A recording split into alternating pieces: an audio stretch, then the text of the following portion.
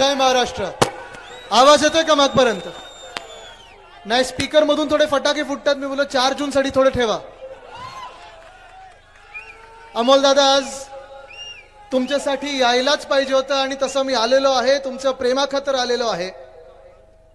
आणि इथे आल्यानंतर एक सांगतो आपल्याला, 4 जूनचं तुमचं दिल्लीचं तिकीट बुक करून ठेवा. दिल्लीला जायला लागणारच. ह्याचे 2 महत्वाचे संकेत आहेत. पहिलं म्हणजे ह्याच मैदानावर इथेच 2004 ला सभा झाली, तेव्हा आपण निवडणूक जिंकलो होतो. जे कोणी होते त्यांचा समाचार घेऊ आपण बोलता बोलता. काय ज्यांना पळायला लागलं त्यांना आधीपासून जास्ती महत्व द्यायचं नसतं. आपण 9 ला आपण इथे सभा घेतली, जिंकलो होतो. 14 ला सभा घेतली, जिंकलो होतो. 19 ला सभा नव्हती घेतली, पण आता 24 ला सभा घेतोय. अमोल दादांना पाठवणार की नाही दिल्लीला? आणि दुसरं मोठं संकेत तुम्हाला सांगतो. आज दुपारी पुण्यात पवार साहेबांची सभा होती. सभा धो पावसामुळे झाली नाही, पण जिथे पाऊस पडतो, जिथे पवार साहेब असतात, तिथे आपला विजय निश्चित असतो. हे समीकरण जुळलेलं आहे. आणि आज आपण पाहत आहोत इथे जेवढे आपण सर्वजण इथे आलेला आहात, महाविकास आघाडीला प्रेम द्यायला, आशीर्वाद द्यायला, जो काही उत्साह दिसत आहे, जो काही जल्लोष दिसत आहे, जो एक जोश दिसत आहे, हेच वातावरण मला संपूर्ण महाराष्ट्रात दिसत आहे. आजच आपण पाहिलं असेल, बातमी आली आपल्याला की अरविंद केजरीवाल साहेबांची सुटका झाली. आतापर्यंत जशी बेल मिळायची नाही या ईडीच्या कोर्टामध्ये, आतापर्यंत आपण पाहिलं अनेक राजकीय नेत्यांना छळलं गेलं. 6-6 महिने आत ठेवलं गेलं. मग ते संजय राऊत साहेब असतील, अनिल देशमुख साहेब असतील, संजय सिंगजी असतील, या सर्वांनाच जेलमध्ये 3 ते 6 महिने राहायला लागलं. आज आपण जो पाहतोय, जी ऑर्डर आलेली आहे, त्याच्यात सांगितलं की निवडणूक आहे, देशाची निवडणूक आहे, आणि अरविंद केजरीवालजी यांच्यासारख्या मुख्यमंत्र्यांना आत ठेवता येणार नाही. आम्हाला त्यांना प्रचारासाठी सोडायला लागणार म्हणजे लागणार. हे सगळे संकेत आहेत. परिवर्तनाचे वारे वाहू लागलेले आहेत. आणि देशभरात आपण पाहत आहोत जसं फ्रस्ट्रेशन, जसं एक राग भाजपच्या चेहऱ्यावर दिसायला लागलेले, भाजपच्या नेत्यांच्या चेहऱ्यावर दिसायला लागलेला आहे.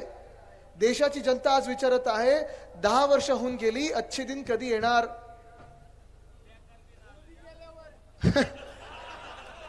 बघा, जनतेतून बोलतात लोक. जसं मगाशी सरपंच आपण म्हणाला, ताई आपण तिथून म्हणत होतात. हा जो राग आहे लोकांमधला, 10 वर्ष जे खोटं बोला पण रेटून बोला, हे भाजपचं धोरण राहिलेलं आहे. जे गद्दार आहेत ते बोलतात खोटं बोला पण रडून बोला, हे पण आहे आपल्या राज्यात चाललेलं. काय काय बघा, इथे पण लोक येतो. कुठे कुठे कुठे कुठे आहेत अमोल दादा? हे तुमच्यासाठी सगळे आलेले आहेत, आपले महाविकास आघाडीसाठी आलेले आहेत. आणि हे चित्र तुम्हाला सांगतोय, जी काही घोषणा भाजपने दिली होती, अब की बार 400 पारची घोषणा दिली होती. बघा, भाषण करायची पण गरज नाही. जे प्रेसचे पत्रकारचे मित्र जे आहेत, आमचे पत्रकार मित्र आले, तुम्ही यांचंच भाषण लिहून घ्या, आमचं भाषण तर छापूही नका. कारण हा देशाचा आवाज आहे, हा जनतेचा आवाज आहे. आणि ही जनता दिल्लीच्या तख्ताला हलवणार म्हणजे हलवणार, भाजपला गाडणार म्हणजे गाडणारच. आपण पाहतोय ही जी 400 पारचं एक घोषणा जी होती, हळूहळू 400 पारचं मोदी सरकार झालं, मोदी सरकारचं एनडीए सरकार झालं. आता एनडीए सरकारचं येऊन सांगतायत, नाही नाही आम्हाला थोडी मतं द्या, आम्हाला थोडी मतं द्या, आता असं होईल तर तसं होईल. आज मी तुम्हाला विचारत आहे, जर तुमच्या घरी हे भाजपवाले आले तर तुम्ही त्यांना कुठची घोषणा देणार? अब की बार तडीपार. हे मी तुम्हाला मुद्दामून एवढ्यासाठी सांगत आहे, कारण कदाचित तुमच्या घरी ह्या पुढच्या 2-4 दिवसात प्रचलित जेव्हा भाजपवाले येतील, नाही तुमच्याकडे येणार नाही, तुम्हाला घाबरतात. पण जे भाजपवाले कोणाच्याही घरी ते जातील, तुम्हाला सांगतील, अरे तुमचं मत तुतारीला देऊ नका, तुमचं मत हाताला देऊ नका, तुमचं मत मशालीला देऊ नका, आम्ही 400 पार होणार आहोत, तुम्ही इथे देऊन मतं का फुकट करताय? आणि तुम्हाला सांगतो, त्यांना घरी बसवा, तुमच्याच घरी बसवा. म्हणजे घरी त्यांच्याच बसवायचं ते 4 जूनला आपल्याला, पण जरा घरी बसवा, चहा द्या त्यांना, पोहे द्या, तो काय कढीपत्ता बाजूला काढायचा तो काढून टाका. आणि मग तुम्ही त्यांना विचारा, चला बसून आम्हाला जरा समजवा, 400 पार येणार तरी कुठून? हे मी तुम्हाला मुद्दामून सांगतोय, कारण ते तुमच्या मनावर खेळण्याचा प्रयत्न करतील. तुमचं मन बदलण्याचा प्रयत्न करतील, तुम्हाला भाजपला बसवून सांगायला लागेल, विचारायला लागेल 400 पार होणार कुठून. कारण काँग्रेसचाच नारा आहे भाजपासाठी, साऊथ से साफ आणि नॉर्थ में हाफ. हे मानसिक खेळ असतात. कोणी कोणी सांगत असतं नाही आमचंच सरकार येणार, 4 जूनला आमचंच सरकार येणार, 400 पार जाणार. 400 काय 300 काय 200 पण येत नाही त्यांचे. तुम्हाला आज आकडे देऊन सांगतो, हेच आकडे तुम्ही त्या भाजपला ना विचारा. आज दक्षिण भारतात जर परिस्थिती पाहिली तुम्ही भाजपाची, दक्षिण भारतात अशी परिस्थिती झाली आहे, ना केरळमध्ये एक सीट मिळत आहे, ना तामिळनाडूमधून एक सीट घेऊन येणार आहेत, ना तेलंगणामधून, कर्नाटकामधून नाही, आंध्र म्हणून नाही. मग तुम्ही मला सांगा भाजपवाले 400 पार होणार तरी कुठून? पाकिस्तानमधून होईल कदाचित, चायनामधून होतील, चंद्रावरनं होतील, पण भारतात ते 400 नाही, 300 नाही, 200च्या पुढेही जाणार नाहीत. तुम्हाला लिहून घ्या, आज 4 जूनला इंडिया आघाडीचं सरकार बसणार.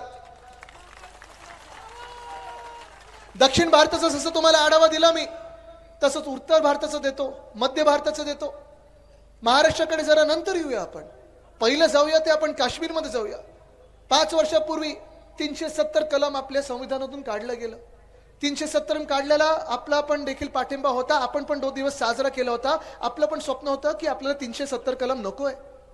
पण ते 370 कलम काढत असताना जे आपल्याला भाजपाने सांगितलं होतं की जम्मू काश्मीरमध्ये सुख शांती समृद्धी येईल, उद्योगधंदे येतील, काश्मीरी पंडित लोक तिथे जाऊन पुन्हा एकदा त्यांच्या घरात आनंदाने राहू शकतील. आज आपण पाहतोय 5 वर्ष झाली, जम्मू काश्मीरमध्ये तर भाजपला उमेदवार मिळतच नाहीये. काश्मीरमधून 2 जागेवर भाजप लढायला तयार नाहीये. आणि लडाखमध्ये जे केंद्रशासित राज्य झालं त्यावेळी त्यांना सांगितलं होतं की 5 वर्षानंतर तुम्हाला मुख्यमंत्री मिळेल, स्वतंत्र तुमचं राज्य म्हणून तुम्हाला राज्य मिळेल. आज आपण पाहतोय सोनम वांगचुक या नावाची एक व्यक्ती, ऐकलं असेल आपण सगळ्यांनी, सोशल मीडियावर पाहिलं असेल, पाहिलं ना तुम्ही सगळ्यांनी. त्या व्यक्तीने 21 दिवस उपोषण केलं. भाजपवाले गेले नाहीत विचारायला. 40,000 लद्दाखी लोक रस्त्यावर होते, उपोषण करत होते, भाजपवाले विचारायला गेले नाहीत. पण आपण पाहत आहोत त्याच भाजपवाल्यांनी पूर्ण एक फौज फाटा लावला. जे लद्दाखच्या बॉर्डरवर चीनच्या विरोधात लावायला पाहिजे होतं त्या लद्दाखवासियांवर लावलं. आणि तिथे आपण पाहतोय धोका झाला. लद्दाखचे जे भाजपचे खासदार होते त्यांनी जाऊन जनतेत जाऊन माफी मागितली, सांगितलं एक ही भूल हे करणार नाही आम्ही पुन्हा एकदा, हे सांगितलं त्यांनी. म्हणजे लडाख मधून त्यांना उमेदवार मिळत नाही, काश्मीरमध्ये सीटा लढणार नाहीयेत. मग 400 येणार तरी कुठून, 300 येणार तरी कुठून, 200 येणार तरी कुठून? तसंच जर आपण पाहायला गेलं तर बिहारमध्ये माझ्याच वयाचे तेजस्वी यादव आहेत, 33 वर्षाचा तरुण आहे. इथे जसं मिंदे सरकार बसवलं गेलं, गद्दारी करून बसवलं गेलं, तिथे देखील जेडीयूनी पलटी खाल्ली आणि भाजपबरोबर सरकार बनवलं. पण आपण पाहतोय 10 वर्षामध्ये जेव्हा जेव्हा भाजपाने जेडीयू बरोबर सरकार बनवलेलं आहे, अनेक वेळा घोषणा झाल्या. प्रधानमंत्री महोदय स्वतः गेले, सांगितलं किती 1000 कोटीचा पॅकेज देऊ, 20,000 कोटी, 30,000 कोटी, 50,000 कोटी, 1.5 लाख कोटीचा पॅकेज त्यांनी जाहीर केलं होतं. तुम्ही बिहारमध्ये जाऊन विचारा, अजून ते 1 रुपया देखील बिहारला त्या पॅकेज मधून गेला नाहीये. जे तेजस्वी यादव ज्यांना 2019 मध्ये 1 सीट मिळाली होती, आज आपण पाहतोय जो सर्वे येतोय त्यांना कमीत कमी 20 सीटा येणार आहेत. तुम्ही मला सांगा भाजपचे 400 पार येतात कुठून? नाही येऊ शकत. दिल्लीमध्ये देखील आपण पाहतोय आज तर अरविंद केजरीवाल सुटलेले आहेत. आतापर्यंत जे ते बोलत होते ट्रेलर होता, आता पिक्चर बी बाकी आहे. आणि दिल्लीमध्ये असेल, पंजाबमध्ये असेल, दिल्लीमध्ये काँग्रेस आणि आपची आघाडी आहे, 7 पैकी 7 जागा जिंकून येतील. पंजाबमध्ये देखील आम आदमी पार्टी आणि इंडिया आघाडी कमीत कमी 12 जागा ज्या संपूर्ण आहेत ते आपल्याकडे आणणार आहेत. हे सगळं जर देशाचं चित्र असेल तर चला येऊया महाराष्ट्राकडे. आज आपण पाहतोय पहिला टप्पा झाला, दुसरा टप्पा झाला, तिसरा टप्पा झाला. आपल्याला वाटलं होतं की 2-3 टप्प्यामध्ये निवडणुका होतील, पण ज्या मिनिटाला भाजपला कळलं की उद्धव बाळासाहेब ठाकरे ही व्यक्ती भाजपबरोबर नाहीये, त्यांना 5 टप्प्यामध्ये निवडणुका घ्यायला लागली. मागच्या वेळी किती टप्प्यांमध्ये होती निवडणूक आपली? 3 टप्प्यांमध्ये होती. 24 एप्रिलला मुंबईचं मतदान झालं होतं आणि आपण सगळे आपल्या कामाला लागलो होतो. पवार साहेब दुष्काळी भागात फिरत होते. आपण पाहत होतो, हे सगळं आपण पाहत होतो, डोळ्यासमोर पाहत होतो. पण आज आपण पाहतोय परिस्थिती भाजपची ही झालेली आहे महाराष्ट्रामध्ये की आतापर्यंत 3रा टप्पा होऊन गेलेला आहे, 4था टप्पा अजून बाकी आहे. पण प्रधानमंत्री महोदय स्वतः असतील, भाजपाचे मोठे मोठे मंत्री असतील, जेवढ्यांदा 2019 मध्ये महाराष्ट्रात आलेही नव्हते. चला 2019 सोडा, 2019 ते 24 पर्यंत जेवढ्या व्हिजिट त्यांच्या झाल्या नव्हत्या, जेवढ्या इथे ते जेवढ्यांदा आले नव्हते तेवढे ह्या 2 आठवड्यात आलेले आहेत. तुम्ही मला सांगा हे चित्र काय आहे? आज आपण पाहतोय ज्या ज्या जिल्ह्यामध्ये जातोय, ज्या ज्या तालुक्यामध्ये जातोय, संपूर्ण आपण चित्र जे पाहतो आहे ते एकच आहे, महाविकास आघाडीचाच विजय होणार हे चित्र आहे, हे जनतेने आज ठरवलेलं आहे. पवार साहेबांनी देखील काल परवाकडे एका इंटरव्ह्यू मध्ये सांगितलं की महाविकास आघाडी देखील कमीत कमी 35 ते 36 जागा जिंकणार. आणि हे जर असेल तर तुम्ही आज भाजपला विचारलं पाहिजे, हे चित्र जे आहे, देशभरातलं चित्र जे आहे ते बोलकं आहे. तुम्ही आम्हाला सांगा, तुम्ही तुमचं सरकार बनवणार कसं? खोटं बोलू नका. तुमचे भूल थापा, तुमचं खोटारडेपणा आम्ही 10 वर्षात ऐकलेलं आहे. 10 वर्ष झाले, 10 वर्षात आपण अनेक भूल थापा त्यांच्याकडून ऐकल्या. फरक एवढाच आहे 2014 मध्ये 24 मध्ये. 14 मध्ये जे जुमले होते ते 24 मध्ये गॅरंटी मधून आलेले आहेत. बाकी फरक काही नाहीये. मला तुम्ही सांगा ना, 14 मध्ये काय काय आपण ऐकलं होतं? भाजपची जी यशोगाथा आहे 10 वर्षाची हीच आहे. 14 मध्ये जे त्यांनी सांगितलं होतं, आपल्याला वाटतं इथे कोणाचं नाही कोणाचं भलं झालं असेल. 14 मध्ये आपणच प्रचार करत होतो भाजपसाठी आणि तेव्हा भाजपने सांगितलं होतं कालाधन परत आणणार आणि प्रत्येकाच्या खात्यात 15 लाख रुपये येणार. आलेत कोणाच्या खात्यामध्ये 15 लाख रुपये? आलेत कोणाच्या खात्यामध्ये 15 लाख रुपये? भाजपाची यशोगाथा त्यांच्या सोशल मीडियामध्ये एवढीच होती की इथे समोर बसलेला वाटत असेल माझ्या खात्यात 15 लाख आलं नाही, पण मागे कोणाच्या तरी 10व्या रांगेत 15 लाख खात्यात आले असतील. ज्यांच्या खात्यात 15 लाख रुपये आले त्यांनी जरा हात वरती करून मला दाखव. तुमचेच गेले. मग मला सांगा, गद्दारांच्या घरी खोके कसे पोचले हो? त्यांच्याकडे 50 खोके पोचू शकतात, आपल्याकडे 15 लाख येऊ शकत नाहीत. पण आज आपण पाहतोय 10 वर्ष होऊन गेली, त्याच्याबद्दल आता कोणी काही बोलायला तयार नाही. आज विषय निघतोय तो मटन मांस मच्छीवर बोललं जात आहे. आज विषय निघतोय तो विरोधी पक्ष काय घालतं काय खातं, तुम्ही काय घालता तुम्ही काय खाता, याच्यावर बोललं जात आहे. आपण पाहिलं असेल 2014 आपल्याला सांगितलं होतं की 2022 पर्यंत प्रत्येक भारतवासियाला छत मिळेल, घर मिळेल, प्रधानमंत्री आवास योजनेत घर मिळेल. इथे तुम्ही मला सांगा, कोणाला तरी इथे प्रधानमंत्री आवास योजनेत घर मिळालं असेल तर अभिमानाने हात वरती करा. तुमचा जाहीर सत्कार करायला मी तयार आहे. कोणाला मिळालं घर? मिळालंय घर? इथे नाही मिळालेलं. 2014 आपल्याला सांगितलं होतं, आपण देखील तोच प्रचार केला होता भाजपसाठी की 2022 पर्यंत शेतकरी बांधवांचं उत्पन्न जे आहे ते दुप्पट होणार. शेतकरी बांधव किती आले तो जरा हात वरती करून दाखवा. सगळ्यात ना. आता मला सांगा, ज्यांचं उत्पन्न दुप्पट झालेलं आहे त्यांनी आता हात वरती करा. अभिमानाने करा, एकदम दिलखुलासपणे करा. खर्च दुप्पट झाला, उत्पन्न सपाट. मग मला तुम्ही सांगा, ह्या भाजपाचं आपण करायचं काय? अहो, खाली डोकं वर पाय ह्याचा पण फायदा असतो. त्याला शीर्षासन बोलतात योगामध्ये. त्यांना मतदान करायचं नाही. पण आज आपण पाहतोय, गेली 10 वर्ष आपण पाहत आहोत, गेली 10 वर्ष जी होती ती हुकुमशाहीची होती, तानाशाहीची होती. देशाला जेव्हा 65 वर्ष झाली तेव्हा तुम्ही विचारू शकत होतात भाजप म्हणून, किंवा आपण त्यावेळी विरोधी पक्ष म्हणून विचारू शकत होतो की काँग्रेसनी 65 वर्षात काय केलं. पण आज जो प्रश्न येतोय, जो भाजपकडून येतोय की काँग्रेसनी 75 वर्षात काय केलं, मग मागची 10 वर्ष कोणाची होती? आज आपण हा विचार केला पाहिजे. मागच्या 10 वर्षामध्ये जे बहुमताचं सरकार होतं, जे तानाशाहीचं सरकार होतं, जे स्वतःचं सरकार होतं, एका नेत्याचं सरकार होतं, एका मनाचं सरकार होतं, त्या सरकारने आपल्याला दिले तरी काय? आज 10 वर्षानंतर निर्मला सीतारामन ताई अर्थसंकल्प सादर करत असताना त्यांनी सांगितलं की आम्हाला तर शोध लागलेला आहे की आम्हाला 4 वर्ग या देशात मिळालेले आहेत, सापडलेले आहेत. 4 वर्ग, 4 जातींचा आम्ही शोध लावलेला आहे आणि पुढची जी काही वर्ष असतील आम्ही ह्या 4 जातींची सेवा करू. माहिती आहे कुठची 4 जाती त्यांनी सांगितले? पहिली जात त्यांनी सांगितली शेतकरी, दुसरी जात त्यांनी सांगितली महिला, तिसरी जात त्यांनी सांगितली युवा आणि चौथी जात त्यांनी सांगितली गरीब. चला आढावा घेऊया आपण. 4 जाती, 4 वर्ग आहेत ना इथे. एक एक प्रश्न आता सोडवत जाऊया आपण, म्हणजे तुम्हाला स्पष्ट होईल तुम्ही कोणाला मतदान करायचं. पहिला वर्ग जो आहे शेतकरी, सगळे आपण शेतकरी बांधव आहात ना. आता तुम्ही मला सांगा, जे महाराष्ट्रातले जे तुम्ही शेतकरी बांधव आहात, ह्याच गेल्या 5 वर्षातला आढावा घेऊया. 5 वर्षामध्ये जेव्हा आपलं महाविकास आघाडीचं सरकार होतं, शिवसेना, राष्ट्रवादी काँग्रेस आपले सगळे मित्र पक्ष, आपण जेव्हा एकत्र इथे शासन करत होतो, राज्य चालवत होतो, तेव्हा कोविडच्या काळात देखील आपण कर्जमुक्ती 2 लाखापर्यंतची जी केलेली ती पोचली होती, सगळ्यांकडे पोचली होती ना. त्याच्या आधीचा 5 वर्षात आपल्याला आठवत असेल. दादा बसून घ्या, बसून घ्या. अच्छा, सोसायटी चेअरमन होतो आपण. अभिनंदन आपलं. बघा, ही जनता बोलते. पण हेच तुम्हाला सांगतो, फडणवीस साहेबांनी जी कर्जमुक्ती दिली होती, त्यांनी तर पहिलं सांगितलं होतं कर्ज माफी. अहो, सरकारकडून होतं या शेतकऱ्यांना माफ करणारं. उद्धव साहेबांनी सांगितलं होतं तुम्ही अन्नदाता आहेत, अन्नदाता देवो भव. आम्ही कर्ज माफी बोलणार नाही, कर्जमुक्ती बोलू. आणि ती कर्जमुक्ती आज पोचली. जेव्हा फडणवीस साहेबांनी कर्जमाफी सांगितली होती, होर्डिंगवर दिसली, खात्यापर्यंत पोचली नाही. ती खात्यापर्यंत पोचायला तुम्हाला सांगितलं जायचं तुमच्या पणजोब्यांना आणा, पंटूला आणा, नातवाला आणा, ह्याचं बोट घ्या, ह्याचा अंगठा घ्या. झालं होतं की नाही असं? पण उद्धव साहेबांनी जी कर्जमुक्ती दिली ती एका बोटावर दिली आणि ती कर्जमुक्ती आपण करून दाखवली. हे आपलं महाविकास आघाडीचं सरकार होतं, हे आपलं कर्तव्य होतं आणि हे आपण पार पाडलं. पण आज आपण पाहतोय गेल्या 2-2.5 वर्षामध्ये जेव्हा जेव्हा काही आपत्ती येते आपल्यावर, कधी अवकाळी पाऊस होतो, कधी गारपीट होती, कधी काही वादळ येतं, तुम्ही मला सांगा या मिंदे सरकारचं, या भाजप प्रणित खोके सरकारचे कृषी मंत्री तुम्ही कधी पाहिलेत येतं नाही? ते पाहिलेत तुमच्याकडे कधी येतं ना? आलेत कधी गावात? चला इकडचे सोडा, केंद्रातले कृषी मंत्र्यांचं नाव माहिती का तुम्हाला? पाहिले कधी तुम्ही त्यांना? नाही पाहिले. आणि मग पंचनामे करायला लावले, जिओ टॅगिंग करायला लावलं, सगळं काही केल्यानंतर तुम्ही मला सांगा 1 रुपयाची तरी मदत तुमच्याकडे आली आहे का खात्यावर? आली कधी? आली कधी? आज मी तुम्हाला विचारते सगळे शेतकरी बांधवांना, अशा भाजपला तुम्ही मतदान कधी करणार का? करू शकणार का?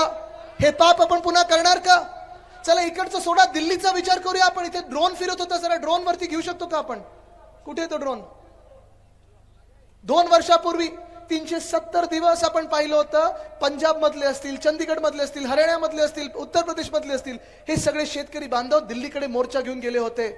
दिल्लीच्या बॉर्डरवर बसले होते, उपोषण करत होते, आंदोलन करत होते, सांगत होते काळे कायदे मागे घ्या, MSP द्या, जे तुमच्याच जाहीरनाम्यात आहे ते कबूल केलेलं आहे ते आम्हाला द्या. तेव्हा स्वतः प्रधानमंत्री महोदय टीव्हीवर आले होते आणि त्यांनी सांगितलं होतं की ज्या काही तुम्हाला शब्द दिलाय तो आम्ही पाळू. 2 वर्ष होऊन गेली, 2.5 वर्ष होऊन गेली. जानेवारी फेब्रुवारी मध्ये कुडकुडत्या थंडीमध्ये आपण पाहिलं ह्या सगळ्या 4-5 राज्यांचे पुन्हा एकदा शेतकरी मोर्चा घेऊन गेले दिल्लीकडे. पण आपण आज पाहिलं त्यांना, जे मोर्चा घेऊन गेले, जे आंदोलन करणारे आपले शेतकरी बांधव ते होय आपल्याच देशातले होते ना, आपल्याच राज्यातले होते, आपल्याच देशातले होते. त्या शेतकरी बांधव ते बघत पाहताना केंद्र सरकारने, भाजपाच्या सरकारने, प्रधानमंत्री महोदयांच्या सरकारने आपल्या शेतकरी बांधवांना थांबवण्यासाठी तिथे लाठीचार्ज केला, गोळीबार केला. मगाशी जो ड्रोन फिरत होता ना आपली फोटोग्राफी करत, आपल्याला आता भीती नव्हती वाटत कारण तो फोटो खेचत होता, पण त्याच ड्रोन मधून अश्रुधूर सोडला. मला तुम्ही सांगा, अशा भाजपला तुम्ही कधी मतदान कराल का? करू शकाल का? हे पाप तुम्ही कराल का? नाही करू शकत, पण कदापि करणार नाही. पण ह्याच्याच पुढे इथे थांबले नाहीत. भाजपचे मोठे मोठे नेते, मोठे मंत्री आपल्याच शेतकरी बांधवांना अतिरेकी बोलले, खालिस्तानी बोलले, माओवादी बोलले, अर्बन नक्सल बोललेले आहेत. तुम्ही मला सांगा, ही भाजपा तुम्हाला तुमची वाटते का? ठीक आहे दादा, आता ड्रोन बसवा खालती, आला नंतर आला, माझ्यावर अश्रू दूर करू नका ते, ठीक आहे. पण आज आपण पाहतोय की हा शेतकरी बांधव आज हैराण आहे, त्रस्त आहे. शेतकरी आत्महत्या वाढत चाललेल्या आहेत. खतमालाला भाव नाही, खताचा भाव वाढत चाललेला आहे, पीक मालाला भाव नाही. आणि हे सगळं होत असताना अमोलदादा, आपण जे कांदा निर्यात बंदीचं बोललात, ती बंदी उठवली गेली, हे सत्य परिस्थिती आहे. पण ती कुठची उठवली गेली माहिती का? पहिली गुजरातची पहिली उठवली, 1.5 की 2 आठवड्यानंतर आपल्या महाराष्ट्राची उठवली. हा अन्याय किती सहन करायचा, आपण किती पाहत राहायचं, हा प्रश्न मला पडतो. आणि ह्याच प्रश्नांसाठी आपल्याला केंद्रात सरकार बनवायचं आहे. तुम्ही अमोलदादांना मतदान करणार की नाही? करणार ना सगळे शेतकरी बांधव अमोलदादांना मतदान? आता चला दुसरा वर्ग घेऊया आपण. दुसरा वर्ग म्हणजे तरुण आहे, युवा आहे, जे माझ्या वयाचे असतील, माझ्यापेक्षा थोडे वर खालती असतील, म्हणजे 20शीतले असतील, 30शीतले असतील, 40शीतले असतील.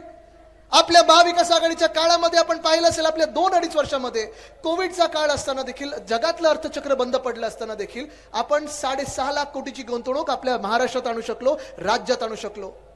आहे ना, आपण जे काम केले ते लोकांसमोर आहे.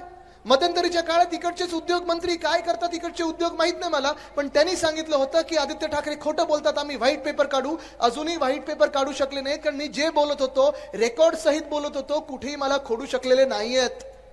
पण आज हे सरकार आपलं गेल्यानंतर, महाविकास आघाडीचं सरकार गेल्यानंतर, तुम्ही मला सांगा, प्रत्येक जो उद्योगधंदा आपल्या राज्यात येणार होता आपण आणणार होतो, महाविकास आघाडी सरकार म्हणून आणणार होतो, पाठवला कुठे या बिंदे सरकारनी? भाजप सरकारनी पाठवलं कुठे? वेदांत फॉक्सकॉन पाठवलं कुठे? बल्ट्रक पार्क पाठवलं कुठे? मेडिकल डिव्हाइस पार्क पाठवलं कुठे? एअरबस टाटा पाठवलं कुठे? रिन्युएबल एनर्जी पार्क पाठवलं कुठे? 40 गद्दार पळवले कुठे? आता कळलं सगळं का गुजरातला पाठवलं जातंय? थँक्यू बोलायला सगळं गुजरातला पाठवलं जातंय. आणि तुम्ही लिहून घ्या, जर तुम्ही ह्याच भाजपला डोक्यावर बसवलं ना तर आपलं मंत्रालय देखील सुरतला नेतील किंवा अहमदाबादला नेतील त्या बुलेट ट्रेन मधून. खरंय ना? बघा, गुजरातशी आपलं काही भांडण नाही, काही वैर नाही, माझा वैयक्तिक तर वादच नाहीये. माझी नेहमी ही भूमिका राहिलेली आहे की ज्या ज्या राज्याचं त्यांचं हक्काचं असेल ते त्यांना मिळालंच पाहिजे. मग आसामचं असेल, मणिपूर शांत झालं तर मणिपूर असेल, सगळं काही त्यांच्या त्यांच्या राज्यात गेलं पाहिजे. पण माझ्या महाराष्ट्राच्या तरुणांच्या हातातला घास जेव्हा तुम्ही खेचून घेता आणि गुजरातच्या घशात टाकता, तिथे मी नडणार आणि लढणार म्हणजे लढणारच.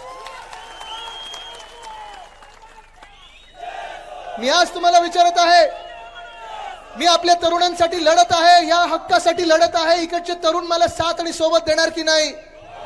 देणार ना? आणि साथ माझी द्यायची असेल तर इथे अमोलदादांना तुम्ही निवडून देणार की नाही? देणार ना? कारण आपण पाहतोय हे सगळं क्षेत्र जे आहे ते कोलमडत चाललेलं आहे, उद्योग क्षेत्र कोलमडत चाललेलं आहे. महाराष्ट्रात याला भीती वाटते उद्योजकांना. त्यांना वाटतं जे एक्स्टॉर्शनिस्ट बसलेले आहेत, जे मिंदे गँग बसलेली आहे, मग विचारायचं असतं त्यांना की आम्ही नक्की कोणाकडे जाऊ? जे एक घटनाबाह्य मुख्यमंत्री त्यांच्याकडे जाऊ की 2 हाफ DCM आहेत त्यांच्याकडे जाऊ? कारण प्रत्येकाचा वाटा वेगळा वेगळा असतोच. पण आपलं तसं नव्हतं. आपलं एकच होतं, जे काही असेल ते महाराष्ट्रासाठी झालं पाहिजे आणि 80% माझ्या भूमिपुत्रांना तिथे नोकऱ्या मिळाल्या पाहिजेत, ही आपण अट टाकली होती. पण आपण आज पाहतोय की जसं आज उद्योग आपल्या राज्यात यायला तयार नाहीत. नोकर भरतीचा जो प्रश्न तो बिकट होत चाललेला आहे. तलाठी भरतीचा जो विषय होता, मला तुम्ही सांगा, 200 मार्काचा पेपर होता, तुम्ही वाचलं असेल तर एका मुलाला किती मिळाले हो? 212, 214. काही ईव्हीएम मधून त्यांनी पेपर लिहिला होता की काय? पण आज आपण पाहतोय पोलीस भरती असेल, तलाठी भरती असेल, सगळ्या परीक्षा, अनेक मुलं आपल्या पूर्ण राज्यातून, वेगळ्या वेगळ्या जिल्ह्यातून, खास करून इथे ओमदादा आलेले आहेत, त्यांच्या देखील जिल्ह्यातून, त्यांच्या मतदारसंघातून आपल्या पुण्यामध्ये येतात, अभ्यास करतात, दिवस रात्र मेहनत करतात. पण 4 की 5 वर्षाची मेहनत एका पेपर फुटीमुळे चिरडली जाते. इंडिया आघाडीचं वचन आहे, माझं देखील तुम्हाला वचन आहे, आदित्य रश्मी उद्धव ठाकरे म्हणून तुम्हाला वचन आहे, ज्या दिवसाला आपलं सरकार बसेल केंद्रात, पहिला कायदा आपण आणू की जो पेपर फोडेल त्याला फोडल्याशिवाय राहणार नाही, कमीत कमी 10 वर्षाची सजा आपण देणार. ही स्वप्न चिरडली जाऊ शकत नाही. कारण ही स्वप्न चिरडल्यानंतर जरा तुम्ही पास झालाच तर मग बदली पोस्टिंगसाठी, कलेक्टरसाठी, SP साठी, DYSP साठी, म्युनिसिपल कमिशनरसाठी ह्या गद्दारांची बोली लावून ठेवलेली आहे ती बंद करायची. आपल्याला भ्रष्टाचारावर राज्य चालू शकत नाही, शासन चालू शकत नाही. पण आज हे दोन्ही वर्गांचा आढावा घेतल्यानंतर, तरुणांचा आढावा घेतल्यानंतर आज मी महिलांना विचारते, खूप मोठ्या संख्येत तिथे महिला आल्यात. जिथे महिला आहेत तिथे विश्वास आहे, जिथे विश्वास आहे तिथे विजय पक्का असतो. हे तुम्ही लिहून ठेवा. मी तुम्हाला विचारत आहे, ताई तुम्हाला सगळ्यांना विचारत आहे, आज आपण केंद्र सरकार पाहत आहोत, भाजपचं राज्य सरकार पाहत आहोत, तुम्हाला या राज्यामध्ये सुरक्षित वाटत आहे का? वाटतंय असं?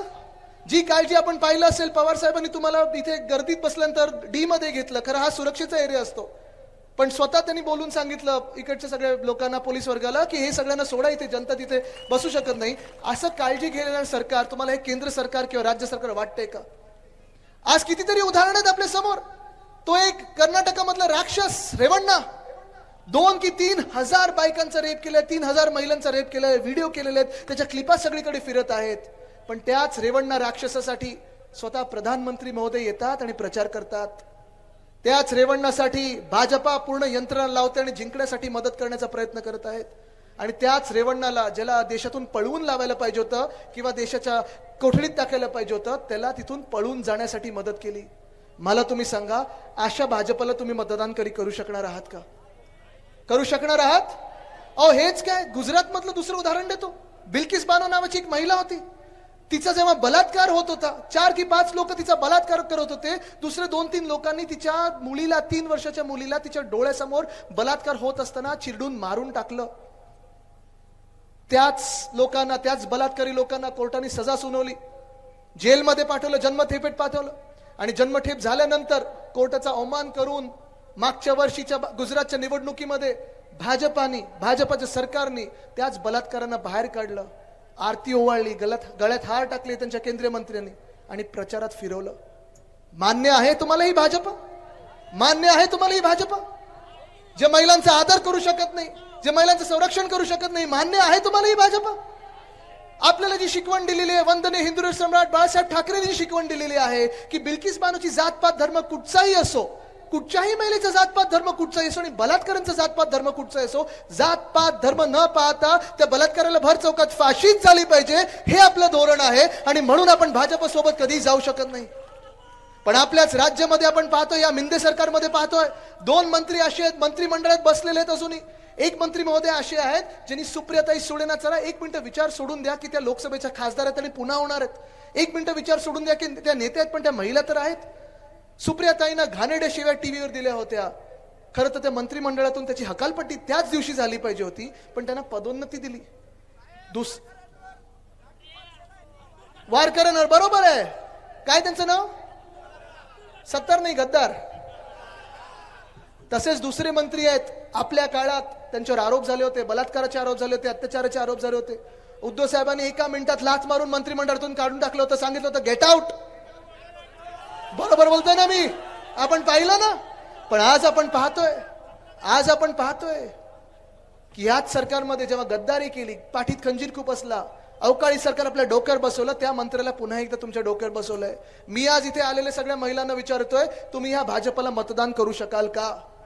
ज्या दिवशी ईव्हीएम वर आपल्याला तुतारीचं बटन दाबायचं आहे, तुम्ही दुसरं कुठचंही चिन्ह करू शकणार का? घड्याळावर मतदान करू शकणार का? नाही करू शकत आपण. कारण आपल्याला आपलं राज्य, छत्रपती शिवरायांचं राज्य जे आहे, तिथे महिलांचा आदर झालाच पाहिजे. आणि हेच रामराज्य आपल्याला देशात आणायचं आहे. रावणाचं राज्य घालवून टाकायचं, रेवणाचं राज्य घालून टाकायचं. पण 4था वर्ग जो आहे, गरीब म्हणून जे संशोधन केलं निर्मलाताईंनी, आज मी तुम्हाला विचारतोय, गरीब तर आपण सर्वांनाच वाटायला लागलेलो आहोत. कारण आज ह्या देशामध्ये जगणं कोणाला परवडत आहे का? जगणं कोणाला परवडत आहे का? चला आपण आकडे काढूया ना. जे भाजपाचे जुमले होते, वादे तर बोलूच नाही शकत, जे जुमले होते ते जुमले जे आपण डोळ्यासमोर जर आणले तर 2014ला GDP, अर्थतज्ञांचं नाही, आपलं सामान्य माणसाचं जे GDP असतं, गॅस, डिझेल, पेट्रोल, मला तुम्ही सांगा 2014ला गॅसची किंमत काय होती? आता किती झाली? सांगा जाऊन भाजपला. हे 400 पार करून ठेवले तुम्ही, 1200 झाले ना. आता मग तुम्ही भाजपला मतदान करू शकणार आहात? वाटतं हे गरिबांचं सरकार आहे? चला, डिझेलची किंमत किती होती आठवते का? तेव्हा 1 रुपया वाढवला युपीच्या सरकारने की आपण आंदोलन करायला रस्त्यावर यायचो युती म्हणून. पण आज जे सिलेंडर घेऊन बसले होते आपल्या सोबत, मंत्री झाले, आज कुठे काही बोलायला तयार नाहीयेत. पेट्रोलचं बरोबर आहे, तुम्ही सगळे जनता एकदम प्रचारात तयार झालेला आहात. पेट्रोलची किंमत आठवते का? नाही आठवत. पण आज 10 वर्षानंतर देखील प्रचार कशावर होतोय? स्वतःच दाखवण्यासाठी. काही नाहीये, काही दाखवू शकत नाही. आणि आज प्रचार होतोय तो मटन, मांस, मच्छीवर होतोय. आज प्रचार होतोय की तुम्ही खरे हिंदू आहात की खोटे हिंदू आहात. आज प्रचार होतोय तो आपल्या राज्यामध्ये येऊन आपल्या नेत्यांचा अपमान होतोय आणि ह्याच्यावर प्रचार केला जातोय. तुम्ही लक्षात घ्या, आपण जर महाराष्ट्राची स्वाभिमानी जनता असू तर हे अपमान आपण खपून घेणार आहात की नाही, ह्याचं उत्तर आज मिळालं पाहिजे आणि येत्या 13 तारखेला मिळालं पाहिजे.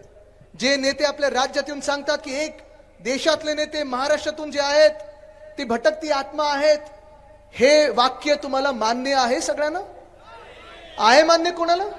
हा विचार तुम्ही मतदानाच्या दिवशी केला पाहिजे. तेच नेते येऊन दुसऱ्या नेत्यांना सांगतात, बाळासाहेब ठाकरे की नकली संतान, मान्य आहे तुम्हाला? म्हणजे तुम्ही विचार करा, जे 2 नेते आपल्या देशात आज लढाई देतात सत्यमेव जयतेची, सत्तामेव जयतेची नाही, सत्यमेव जयतेची, त्यांचा इथे येऊन अपमान करतात, महाराष्ट्रातून येऊन अपमान करतात. खरी सेना कोण, खोटी सेना कोण, खरी राष्ट्रवादी कोण, खोटी राष्ट्रवादी कोण, हे बाहेरून येणारे लोक आपल्याला शिकवायला लागलेले आहेत. तुम्ही मला सांगा, तुम्ही त्या भाजपला धडा शिकवणार की नाही? कारण आज जो समाचार घ्यायचा होता गद्दारांचा तो घेतलेला आहे. पण मी आज नुसतं एकच गोष्ट विचारायला आलेलो आहे. बघा, जास्ती वेळ मला घ्यायचं नाही. अजून थोरात साहेब आहेत, पवार साहेबांना बोलायचं आहे. वरिष्ठ असताना जास्ती वेळ बोलायचं नसतं. पण अमोल दादांनी जो समाचार घेतलेला आहे, कारण भाजपवर बोलताना, मिंदे गटावर बोलताना, गद्दार जे राष्ट्रवादीतून फुटले त्यांच्यावर बोलताना, आपण उमेदवारावर एकच प्रश्न उमेदवाराला मला विचारायचा आहे. चला, आपण खूप वेळा एकत्र प्रचार केलाय, मी देखील तुमच्यासोबत प्रचार केलेला आहे, इथे दिवस रात्र आलो आणि मी माझ्या वयाच्या 13व्या की 14व्या वर्षापासून ह्याच मैदानात येत आहे. अनेक सभा तुमच्यासाठी पाहिलेल्या आहेत.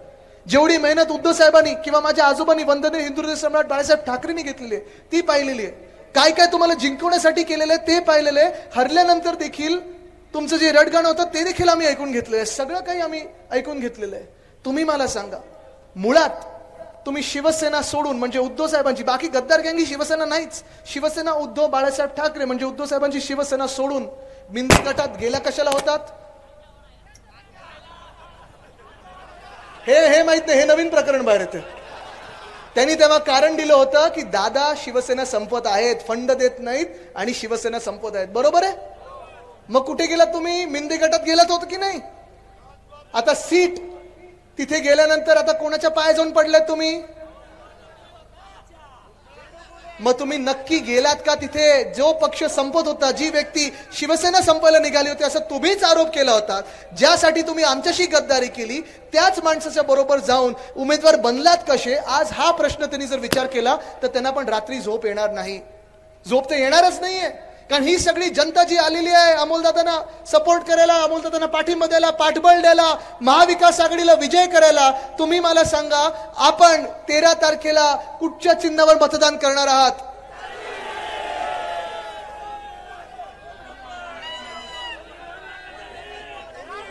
ठरलंय आपलं पक्का? मग चला पुन्हा एकदा आपण इथून आवाज तिथपर्यंत पोहोचला पाहिजे, दिल्लीपर्यंत पोहोचला पाहिजे. 13 तारखेला आपली निशाणी कुठची?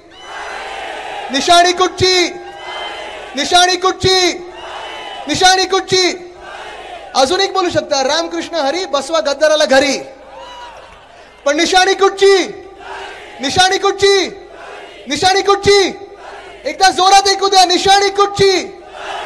चला 13 तारखेला तुतारी आणि 4 जूनला इंडिया आघाडीचं सरकार केंद्र सरकार म्हणून साजरं करूया. धन्यवाद. जय हिंद, जय महाराष्ट्र, वंदे मातरम.